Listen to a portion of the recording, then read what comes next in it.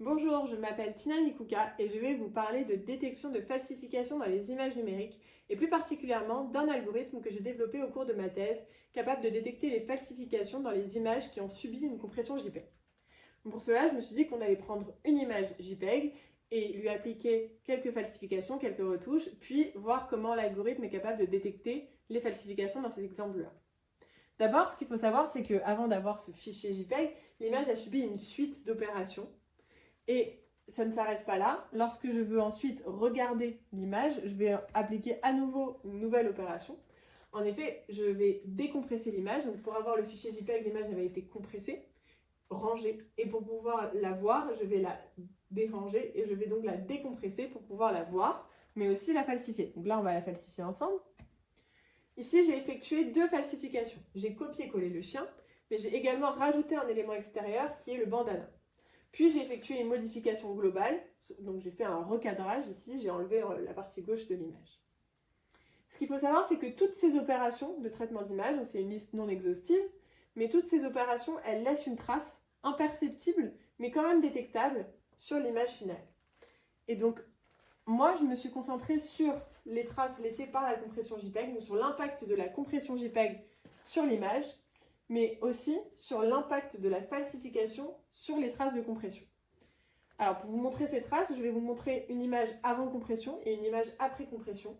Et dans cet exemple que je vais vous montrer, on va le voir à l'œil nu parce que j'ai appliqué une forte compression. Mais peu importe le taux de compression, ces traces-là sont toujours présentes et donc toujours détectables. Donc ici à gauche l'image avant la compression, à droite après la compression. Je vais zoomer. À droite, on observe une certaine structure qu'on n'observe pas à gauche, sous forme de blocs de taille 8 par 8. Et ces blocs sont présents partout dans l'image et forment ce qu'on appelle la grille de compression JPEG. Comme ces blocs sont de taille 8 par 8, la position de la grille, il pourrait y en avoir 64 de différents. Donc l'image pourrait ne pas avoir de grille, ou avoir une grille, et donc on chercherait la position. Et c'est ce que fait la méthode. Donc, qu'est-ce qui se passe? Prenons par exemple l'image originale. L'image a été compressée, on a réouvert l'image et on voit qu'il y a une grille JPEG partout dans l'image, cohérente et qui coïncide avec le haut gauche de l'image. Donc, j'ai mis cette grille en vert. Ensuite, lorsqu'on falsifie l'image, j'ai non seulement copié le chien, mais lorsque j'ai fait ce copier-coller, les traces de compression ont également été copiées.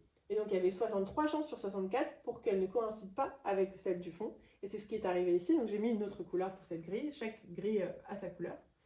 Et dans la partie ajoutée, donc bandeau, qui vient d'une image qui n'était pas compressée JPEG, on n'observe pas de traces de compression, donc ici il manque les traces de la grille. Et ensuite, lorsqu'on effectue le recadrage, on a encore une fois 63 chances sur 64 de se retrouver avec la grille du fond qui n'est pas la même qu'avant, et donc on a les couleurs qui ont changé, et donc toutes les grilles qui ont été décalées. Ensuite, je vais sauvegarder cette image-là, cette image falsifiée.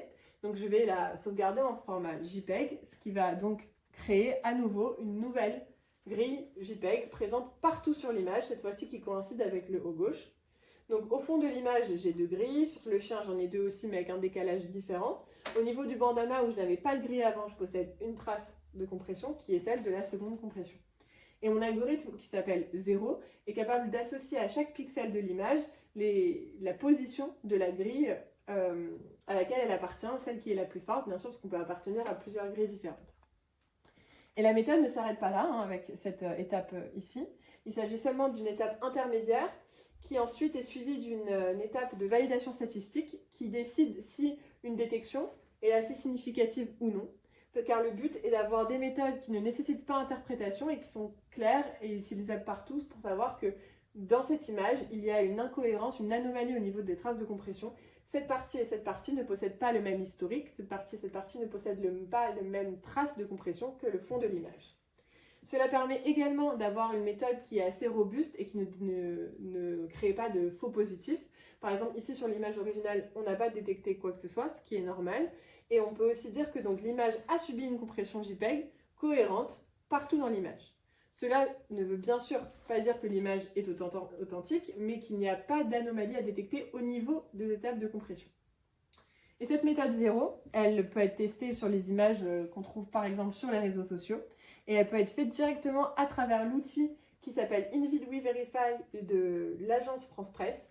Donc en téléchargeant cet outil sur votre navigateur, vous pouvez faire un simple clic droit et obtenir divers algorithmes de détection de falsification, donc par exemple 0 appliqué à notre image, ici.